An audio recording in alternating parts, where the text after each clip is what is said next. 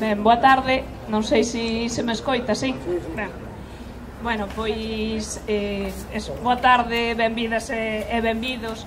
Este é un acto especial polo momento, porque é o primeiro acto que o BNG da Mariña fai, o primeiro acto público despois da situación de emerxencia e de crise sanitaria provocado pola COVID-19.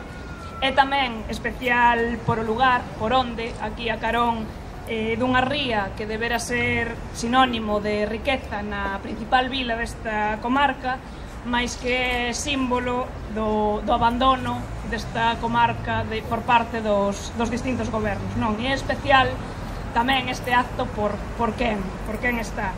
Porque contar hoxe aquí, en Viveiro, na Mariña, con Néstor Rego non é casual, nin tampouco é banal, senón que é o símbolo de que a centralidade da política para o BNG non é unha cuestión xeográfica ou unha cuestión poboacional, porque o centro das políticas do BNG son as persoas e son os territorios e as súas necesidades. E por iso Néstor está hoxe aquí, en Viveiro, na Mariña, onde temos unha situación de emerxencia laboral e social que se está a vivir e que fai necesario que todas e todos esteñamos arrimando o ombreiro. E por iso o noso deputado en Madrid veu directo á Mariña. Por iso a nós non nos fixo falta ir a Santiago, porque neste momento é o momento de dar a cara e de camiñar aquí, no noso país, no noso territorio, na nosa comarca, ao noso carón, ao carón de quen o precisa. Porque esa é exactamente a marca do Bloque Nacionalista Galego. Ali onde estamos a xente do BNG, sabedes que está Galiza, que está a Mariña, que está Viveiro e que está cada pequeno concello sempre que faga falta, non? Podemos personalizalo en Néstor Rego, mariñao, ademais de nacemento, que se ten convertido xa nun símbolo para esta comarca, como foron antes Paco Rodríguez, Jorquera ou Rosana Pérez, que levaron a Mariña ao Congreso dos Diputados máis veces que moitos dos deputados que se din veciños daqui, algúns deles, por certo, ben próximos. Porque ese, como vos decía, é o compromiso do Bloque, é o compromiso aquí, en Santiago, en Madrid ou en Bruxelas, defender inquebrantablemente os dereitos das homes e das mulleres deste país. E por iso, no noso discurso, podemos acompañalo de feitos, como demostramos ali onde temos a capacidade de goberno. Porque onde está o Bloque Nacionalista Galego gobernando, somos exemplos de honradez, de coherencia, de traballo e de lealdade coa veciñanza. E por eso quero convidarvos a imaginar un país durante un momento que imaginedes un país no que ao fronte da Xunta de Galiza agora mesmo estivese unha muller con determinación e con contundencia para falar de ti a ti con un goberno do Estado inoperante, para poñer por riba de calquera cousa os intereses deste pobo, desta comarca, das mulleres e os homes que agardamos ver respostas de quen debera ter a capacidade para dalas. Imaginade un goberno galego que situara a Mariña no centro das súas políticas, como xa estivo esta comarca nalgúna ocasión, cando a referencia tecnolóxica do sector pesqueiro estaba aquí mesmo, cando os eólicos que se colocarían nos nosos montes reverterían no sector agrario do noso país. Imaginade un goberno galego que actuara como fan eses pequenos gobernos que temos espallados polo país: Mura, Ribadeo, Carballo, Allariz, Pontevedra, mesmo con toda a humildade, Barreiros. Eses gobernos que sen descanso por erguer esa dignidade colectiva dun pobo que se fai a si mesmo, loitamos pola supervivencia das veciñas e dos veciños. E tamén aquí, nesta comarca, na Mariña, podemos erguernos e podemos contar con persoas que sabemos que nos van defender e que van deixar o alento en defender esta comarca, como a Miriam ou como a Dani, que falarán tamén despois de min. Porque mirade, o futuro da Mariña non pasa por ninguén máis que por nós mesmas, por nós mesmos. Porque somos capaces, porque temos mar e sabemos traballalo, porque temos terra e sabemos aproveitala, porque temos monte e sabemos usalo, temos xente e sabemos e queremos seguir tendo aquí. Témolo todo, todo. Só nos falta que nos deixen aproveitalo. E levamos anos, dende o Bloque, poñendo encima da mesa, reclamando dos distintos gobernos medidas de futuro para a Mariña. A apertura ao tráfico comercial do dique norte de Morás, a adecuación e a modernización do FEBE, a execución da autovía, corredor ou como queiramos chamarlle, que xa perdeu o nome polo camiño da costa, a autoridade portuaria propia. E sempre nos atopamos co muro da indiferencia dos distintos gobernos que a centos de kilómetros daqui non entende que o futuro de 80.000 persoas é o futuro deste territorio, do noso, da nosa casa. Porque para quen as cifras globais de millóns de persoas, de millóns de habitantes, 80.000 persoas non supoñen nada, pero para nós é a nosa vida e o noso futuro. E teñen que saber que se esas 80.000 persoas saltamos xuntas, poderemos facer tremer a terra. Entón, o epicentro, unha vez máis, trasladarase dali a aquí, e o centro estará na Mariña. E si, tamén aquí, se loitamos e faguémolo, a terra será para quen a traballa.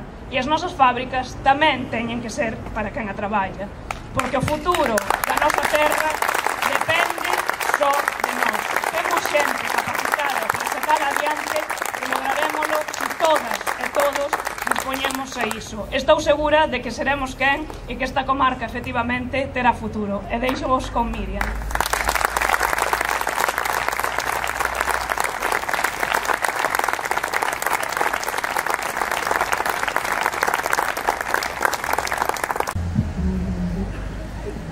Grazas, Eve.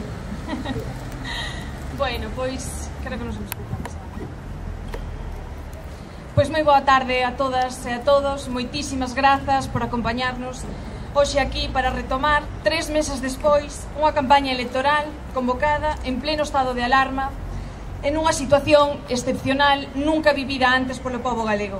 Unha convocatoria acordada unilateralmente e de xeito irresponsable polo señor Feijóo, logo de estar 3 meses desaparecido no Parlamento galego, para non ter que dar explicacións aos grupos da oposición da súa inexistente xestión desta pandemia, e logo de facer da Televisión Pública de Galiza o seu púlpito particular, para facer campaña mentres as galegas e os galegos caían contaxiados ata 9.000, ata 600 que perderon a vida. 11 anos da etapa Feijóo levamos xa. O Partido Popular remata unha legislatura con Feijóo ao fronte do goberno galego cargada de mentiras e de sanguentos recortes en servizos públicos vitais que se traducen nunha Mariña decadente. Quitáronos a área sanitaria da Mariña. Moitos de vós probablemente lembredes que fai un mes antes de que se decretara o estado de alerta, moitos dos que estamos aquí estábamos en Compostela nunha manifestación multitudinaria baixo a chuvia, como moitas outras, para exixir un servizo público e de calidade do Hospital da Costa, como o que tiñamos antes de que Feijóo comezase a facer negocio, comezase a privatizar os servicios, e así continuar cos políticas de recortes que precisamente son as mesmas que non fan posible que no centro de saúde de Viveiro se podan cubrir as 3 prazas que hai baleiras de médico, que non contemos con servicio de fisioterapia ou de pediatría en horario de tarde, ou mesmo que nos fagan desprazarnos ata Ula para moitísimas probas con 100 kilómetros de por medio.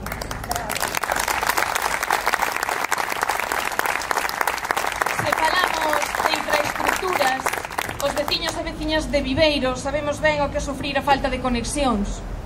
Seguimos agardando unha variante que permita desviar o tráfico pesado do casco de Viveiro.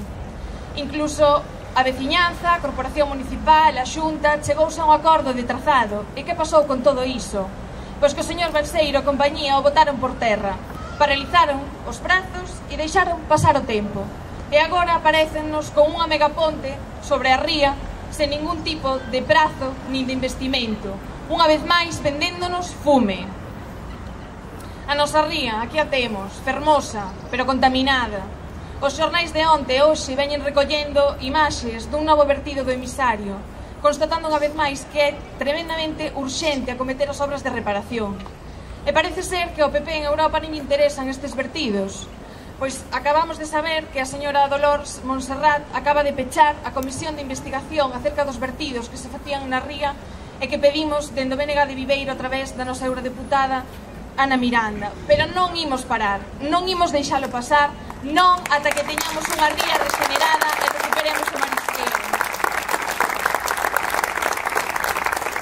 E por si fora pouco, pois temos un presidente da Xunta en funcións que permanece desaparecido en todo o que ten que ver coa fábrica de aluminio en San Cibrao. Nin se atreveu a poñer un pé na Mariña. Sen iniciativas, sen propostas, deixando pasar o tempo. Cando os americanos deixaron ben clara a súa intención de comezar co proceso de despidos colectivos e deixar a fábrica trancada. Onde está o presidente que debera de estar defendendo con uñas e dentes os 2000 postos que dan vida á nosa comarca? Donde está? Nin está, nin se lle espera. Nin se lle espera. Non cando levamos sufrindo 11 anos de sumisión a políticas centralistas. Galiza, produtora e excedentaria de enerxía, non obtemos ningún beneficio, todo o contrario, temos 2000 postos de traballo pendendo dun fío polo precio da electricidade.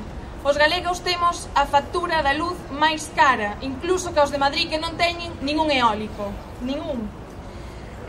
Temos unha transferencia da AP9 que non se materializa, as pensións máis baixas de todo o Estado, un presidente que denigra a nosa lingua en cada homilía que nos dá na TVG. En definitiva, políticas que non defenden o noso país, a nosa terra ou a nosa potencialidade. É hora de mudar un presidente ao servizo dos intereses de Madrid por unha presidenta ao servizo dos intereses de Galiza, defensora da súa xente, da súa identidade, da nosa terra e da nosa potencialidade. E no Bloque Nacionalista Galego contamos coa persoa que ten, entre outras moitas, todas esas cualidades. Ana Pontón é a presidenta que precisamos as galegas e galegos para defender os intereses de Galiza e para devolverlle o respeto e dignidade que se merece a nosa terra, para recuperar e incrementar o peso político e económico que perdimos na era Feijóo. Hai alternativa, hai posibilidade de cambio. A Mariña combativa leva demostrado todo este tempo con diferentes movilizacións que se teñen feito que queremos cambio. E este 12 de xullo só hai unha papeleta que aposta pola construción do cambio en Galiza, pola recuperación dos servizos básicos e a aposta pola financiación pública para a urxente reactivación económica e transformación social que precisa a nosa comarca. E non será posible se non temos un goberno do BNG ao fronte con unha presidenta muller e nacionalista con Ana Pontón. Deixamos co noso candidato ao Parlamento Galego pola Mariña, Daniel Castro. Moitísimas gracias.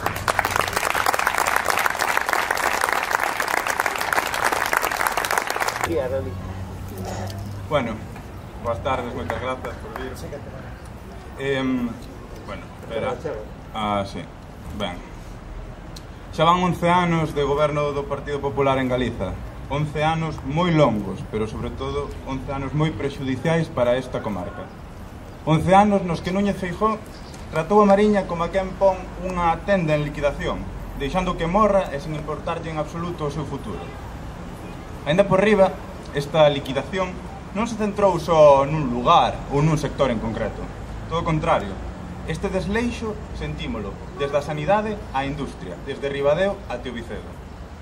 E é que, se tivésemos que falar pormenorizadamente de todos os agravios que o PP lle causou a esta comarca, teríamos aquí demasiado tempo. E non temos tanto, porque hai unhas eleccións que gañar. Pero imos facer un pequeno resumo, se vos parece. Comecemos pola sanidade. Resulta máis que evidente o dano que fixo o PP neste eido, porque xa que pasamos de ter un hospital xeral coa súa correspondente área sanitaria a ter unha especie de grande centro de saúde no que a maioría da actividade é derivada a Lugo. Así, mentres presenciábamos os terribles recortes na sanidade pública que nos estaban a facer, o PP levou a cabo a ampliación do hospital, despois de anos e anos de reclamacións pola xente da Mariña. Pero, que foi o que nos atopamos? Sabedelo perfectamente. unha ampliación do espazo que non foi acompañada dun só servizo, e iso é un lavado de cara, nada máis. E isto non quedou aquí, oxalá fose así, xa que seguimos vendo como recortes en persoal e as eivas en material sanitario chegaban a todas as especialidades, que vou dicir agora, e ollo, non vos rir que o conto é triste. Aí van: pediatría, traumatoloxía, rehabilitación, cardioloxía, cirurxía vascular, anatomía patolóxica, reumatoloxía, radioloxía, partos e atención primaria.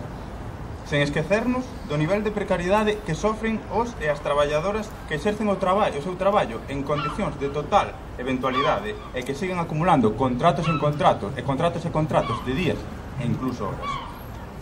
E agora, se queredes, falamos dos medios cos que se tratou a COVID nesta comarca.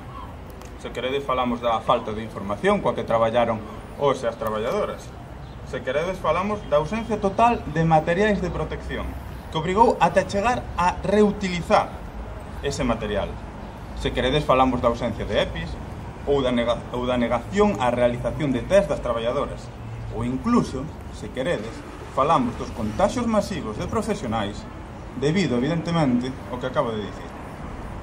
E é que este é o resumo do hospital que nos deixan, pero non do hospital que queremos. Como non nos contentamos con esta sanidade, estamos decididos a cambiar, comezando polos incrementos de orzamentos na sanidade pública galega, porque sabemos que a mellor sanidade é a pública e universal. Por iso, realizaremos a auditoría de todas as privatizacións que realizou o Partido Popular. E é que esta pandemia, se tivo algo de bo, un pouco, foi que nos aseverou na idea de que unha sanidade, cando non hai unha sanidade pública forte, a saúde das persoas pasa a un segundo plano. É por iso que cando Ana sexa presidenta, que pasará deste país, o gasto en sanidade será moi superior, o que supoñerá un maior gasto na atención primaria, en centros de saúde, e, por suposto, unha maior contratación de traballadores e traballadoras, que tanta falta fan. Pero, sobre todo, recuperaríamos a tan necesitada área sanitaria da Mariña, dotándoa de maior autonomía, de maior material e de maior capacidade orzamentaria. Agora, lembrádevos do que dicía de que esta comarca estaba en liquidación. Pois canto tempo levan liquidadas as nosas infraestructuras? Que foi da autoestrada, do corredor, da rede ferroviaria ou do dique norte de Alcoa? Onde van? Esta pregunta tamén vai para o goberno do Estado.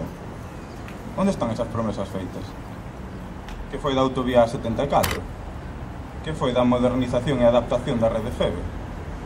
Que foi da liberación do dique norte de Alcoa? Eu non sei que foi, o que pasou polas cabezas destes dous gobernos. O que sei o que lles faltou para cometer estas melloras, e non é outra cousa que vontade política. Vontade política para dotar o noso país de comunicación digna, vontade política para dotar a Mariña dunha rede ferroviaria do século XXI e non deixar que morra como está facendo a Xunta. Vontade política para dar solucións e alternativas ao problema da Alcoa. E esa vontade política non é que nos a teñamos por ser máis listos, máis guapos, máis todo, non é así. Esa vontade política tense ou non dependendo a que atenda o teu proxecto político. Se atende a centralizar máis este Estado, a aumentar as desigualdades entre os territorios e a diminuir a nosa soberanía, pois é imposible ter vontade política para mellorar este país. Pero se atende as necesidades deste país, a loita pola soberanía e maior autogoberno, é moito máis fácil resolver os problemas da nosa xente. Algo que foi, e será a razón da existencia do BNG, que non é outra que a mellora e defensa dos dereitos do pobo galego.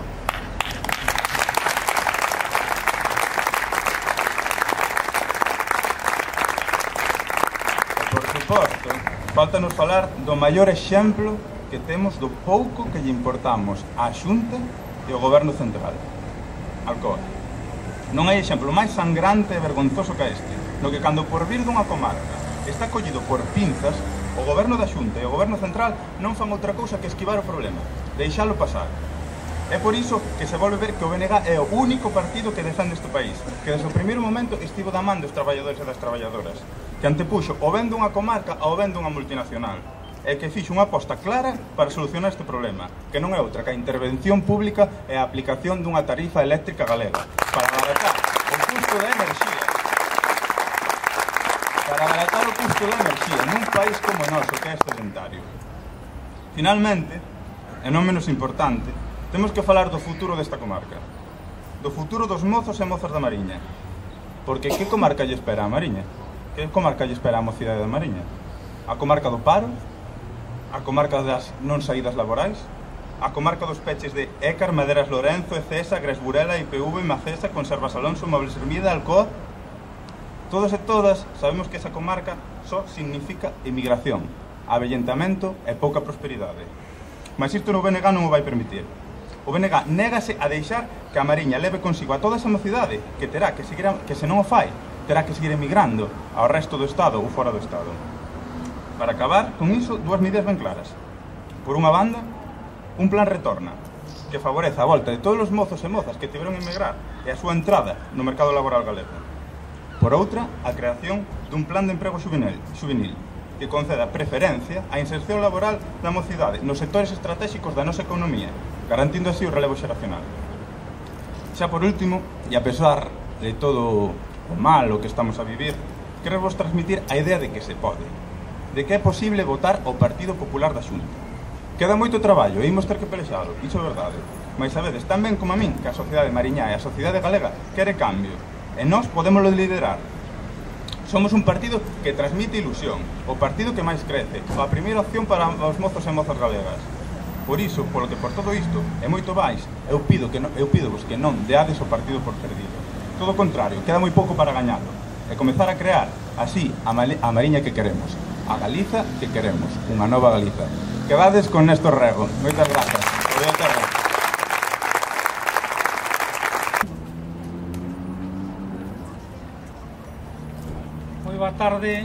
Moi boa tarde, amigas e amigos. A verdade é que é un placer estar aquí en Viveiro, nesta vila que tamén é miña, con tanta xente, con tantos compañeiros e compañeiras, con tantos vos amigos e amigas. É un placer, teño que decir que o sería moito máis se non fose neste contexto tan difícil, nesta situación tan excepcional que ni siquiera nos permite manifestar os afectos como é habitual entre nós, con chuchos ou con abrazos, pero podemos facelo coa palabra e podemos facelo tamén co sorriso, porque este pobo, porque o pobo galego nunca se arruga diante das dificultades e mesmo nas circunstancias máis difíciles continúa sorrindo e continúa loitando como están demostrando estes días os traballadores e traballadoras da Alcoa.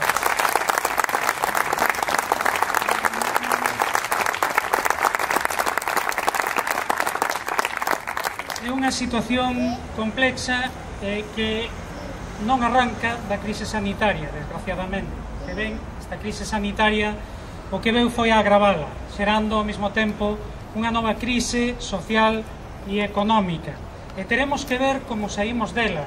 E o primeiro que di o BNG é que non podemos sair como se fixo no pasado. Non pode ser que unha vez máis sexa o pobo, sexan os traballadores e as traballadoras, sexan os sectores máis desfavorecidos da sociedade os que paguen a crise. Hai que cambiar os parámetros, teñen que ser outros, e para que non sexamos unha vez máis os traballadores e traballadoras os que paguemos a crise, hai que aplicar outras políticas distintas como as que está defendendo o Bloque Nacionalista Galego.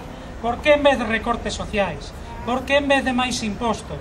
Por que en vez de que teñamos que ser os traballadores os que apretemos o cinto, como se decía a partir do ano 2008, non son os ricos os que poñen os seus recursos ao servizo da recuperación económica?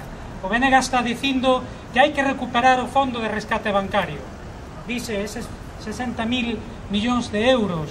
Non, 60.000 millóns de euros foron o fondo de recapitalización da banca, pero o rescate bancario costounos máis de 180.000 millóns de euros. Hai que recuperar eses cartos porque os puxemos do noso peto, son nosos e teñen que servir para a recuperación da economía neste momento que é tan necesario.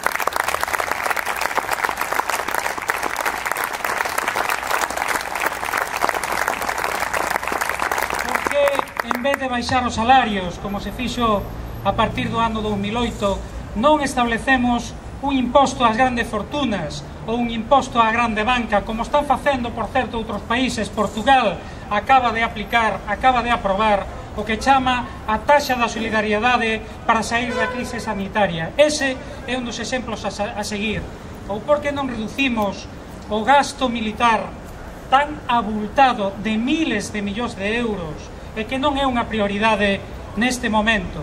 Ou por que non se acaba dunha vez coa corrupción, incluso coaquela que afecta á xefatura do Estado, que os grandes partidos españois non queren ni siquiera investigar?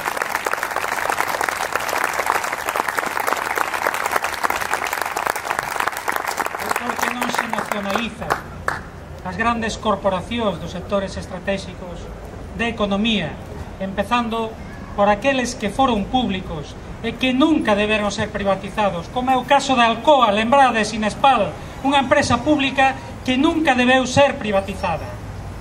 Esa é a liña que defende o Bloque Nacionalista Galego para sair desta crise. Pero, como decía, desgraciadamente, antes da emerxencia sanitaria, antes da Covid-19 e da crise social e económica que provocou, Galiza xa estaba en crise. Xa estábamos padecendo unha crise industrial durísima frente á pasividade dos gobernos que teñen a responsabilidade de tomar decisións, porque para iso os poñemos aí e para iso pagamos impostos. Frente á pasividade da Xunta de Galiza, que ten competencias en política industrial, e frente á pasividade tamén do goberno español, que ten competencias en política industrial e que ademais ten competencias exclusivas en sectores que son fundamentais para determinar esa política industrial, como é o caso do sector enerxético, e non move un dedo para que iso cambie, non move un dedo para que en vez de que sexan as grandes eléctricas as que se forren a nosa costa, a enerxía se poda poñer ao servizo do desenvolvemento social e económico deste país.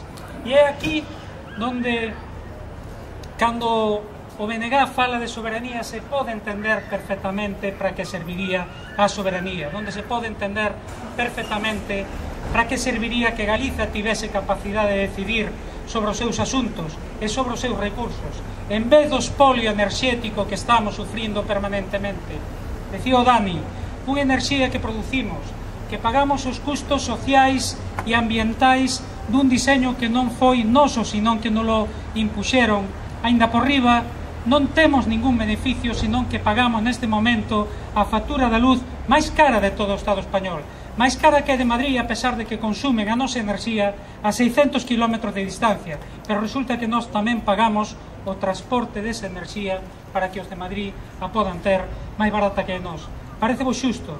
Desde logo non é xusto. Isto non acontece en ningún país normal. A soberanía serviría para que a nosa enerxía, para que os nosos recursos se puxesen ao servizo da mellora da calidade de vida e de benestar de todos os galegos e galegas, e iso é polo que traballa o Bloque Nacionalista.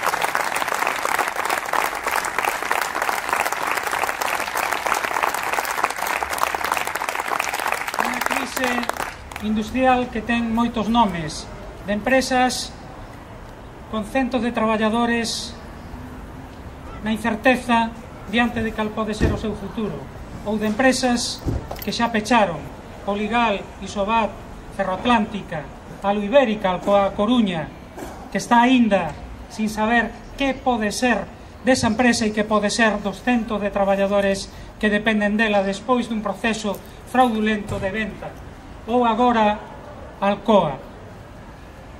O que acontece é que esta crise industrial non é ningunha clase de maldición bíblica que nos caea aos galegos e galegas. É o resultado das políticas que se fan no noso país. É o resultado do deleixo, do desinterese dos gobernos do Partido Popular na Xunta e do PSOE e Podemos en Madrid. Alguén pensa que o goberno do PSOE, despois de máis de 2 anos en que Alcoa xa viña padecendo esta crise, non puido facer absolutamente nada, non puido nin siquiera sacar un instrumento ao cal se tiña comprometido como Estatuto da Industria Electrointensiva para abaratar o custo da electricidade, sabendo, como sabemos desde o BNG, que ese sería un instrumento útil conxunturalmente neste momento para sair adiante, pero que o instrumento realmente eficaz é que poidamos ter unha tarifa eléctrica galega que abarate non só para as empresas, sino non só para a industria electrointensiva, non só para o conxunto da actividade económica do noso país, sino para todos os galegos e galegas que debemos ter a enerxía máis barata. Se non fixeron nada, amigos e amigas, foi simplemente porque non quixeron, porque efectivamente San Cibrao, a Mariña, desde Madrid, vese demasiado lonxe, pero para nós, como acertadamente dicía Ana Hermida, é a nosa vida, é o noso país e é o noso futuro.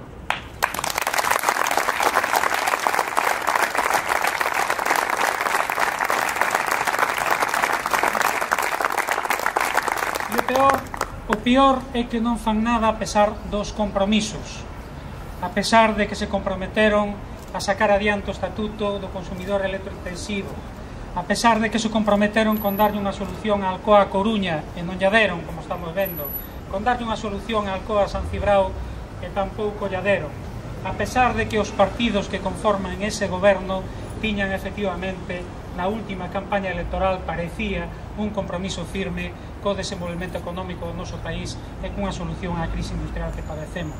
Eu poño simplemente como exemplo o que dicía no último debate das eleccións xerais, un debate no que eu tamén estiven, por tanto son testemunha directa, pero hai grabacións, calquera pode velo, a actual ministra de Traballo, Yolanda Díaz, de Unidas Podemos, dicía literalmente: a solución para Alcoa é a nacionalización, e non hai ningún impedimento para facela, é só unha cuestión de vontade política.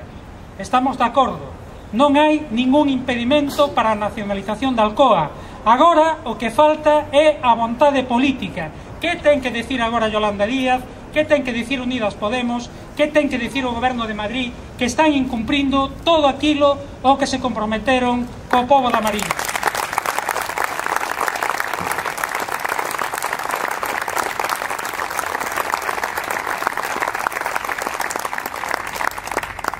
O BNG, pola contra, é unha forza política que, como xa se dixo, só se debe aos intereses do pobo galego. E, por tanto, tamén unha forza política que sempre cumpre os seus compromisos.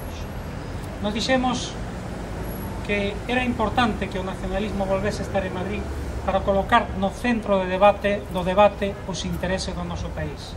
E iso é o que estamos facendo cos intereses da Mariña. Trátese das infraestructuras. Quero lembrar que ainda esta semana tiven a oportunidade de poñer en evidencia o estado calamitoso da liña de Feve que articula todo o norte do país e que está abandonada desde hai moitos anos, ou fálese de Alcoa. Son numerosas as iniciativas que xa temos levado ao Congreso dos Diputados, como tamén ao Parlamento Galego, e podo vos asegurar que do que non nos dependa vai sair adiante unha solución para Alcoa. E se non a hai, é porque non hai, insisto nas súas propias palabras, vontade política, porque impedimento, desde logo, non o pode haber. E esa solución todos sabemos cal é. Non se trata de buscar, como din agora, un investidor para Alcoa. Se encontrasen, sería estupendo. Claro que lle falta a credibilidade de que buscar un investidor para Alcoa Coruña, agora Alba Ibérica, e sabemos que tampouco foi unha solución. Pero, sobre todo, non se trata de buscar un investidor cando a propia empresa está dicindo que non quere vender. En ese sentido, nós temos claro que a única solución é a intervención pública, a nacionalización da planta de aluminio, para garantir a continuidade da actividade e, sobre todo, para garantir a continuidade de todos os postos de traballo en Alcoa, porque son vitais para esta comarca e para este país.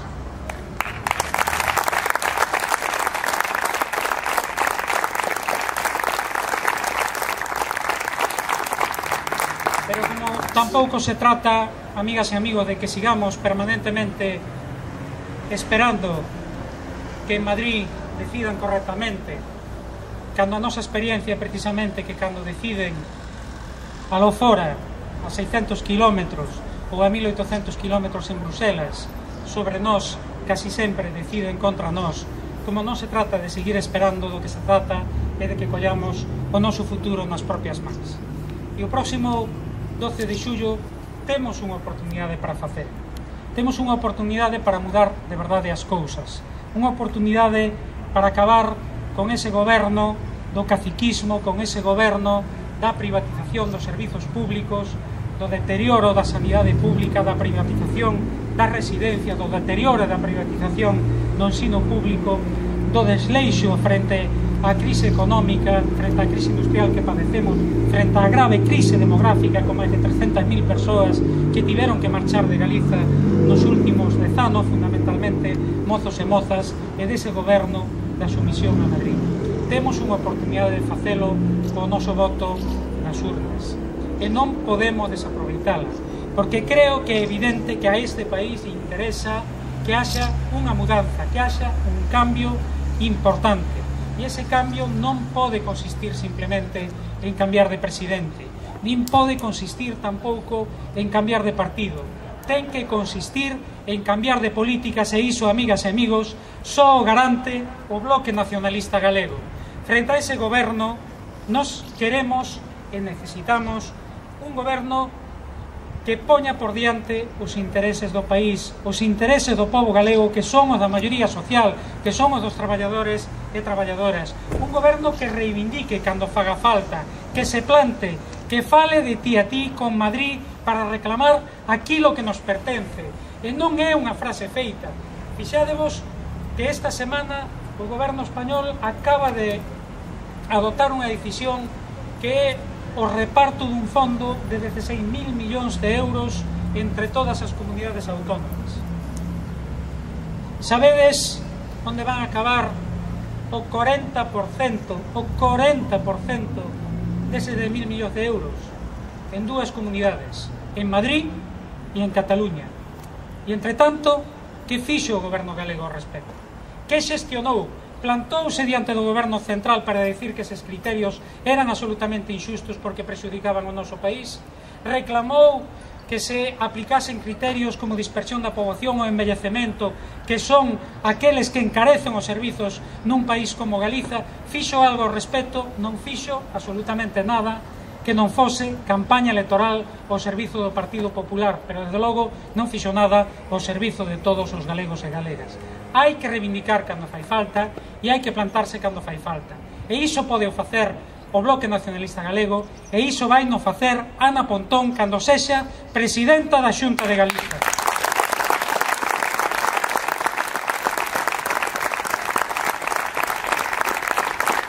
Un goberno que reivindique, que poña os intereses de Galiza en primeiro termo, un goberno que xestione con eficacia e que o faga tamén con honradez, sabe co espolio permanente dos nosos recursos naturais, do noso aforro, até dos nosos recursos humanos, porque non de outra maneira se pode calificar este drama migratorio de centos de miles de persoas que teñen que marchar normalmente, mozos e mozas ben formados, dos que pagamos nosa formación e dos que despois aproveitan noutra zona do Estado ou noutros países europeos. Hai que acabar tamén co espolio que significa a emigración no noso país. O 12 de xullo non podemos desaproveitar esa oportunidade. Como decía, temos que tomar o futuro nas nosas mans, temos que saber que ese día podemos mudar de políticas, temos que saber, ademais, que se o Bloque Nacionalista Galego, como todo parece indicar, é a forza que ten a responsabilidade de encabezar esa alternativa a este decenio negro do Partido Popular, vai poñer os intereses dos galegos e os intereses dos traballadores e traballadoras por diante de todo. O Bloque Nacionalista Galego vai poñer os intereses da Mariña en primeiro plano, vai garantir que haxa un futuro para a nosa industria e que haxa un futuro para a Alcoa. Tamén por iso hai que apoiar o Bloque Nacionalista Galego nas próximas eleccións.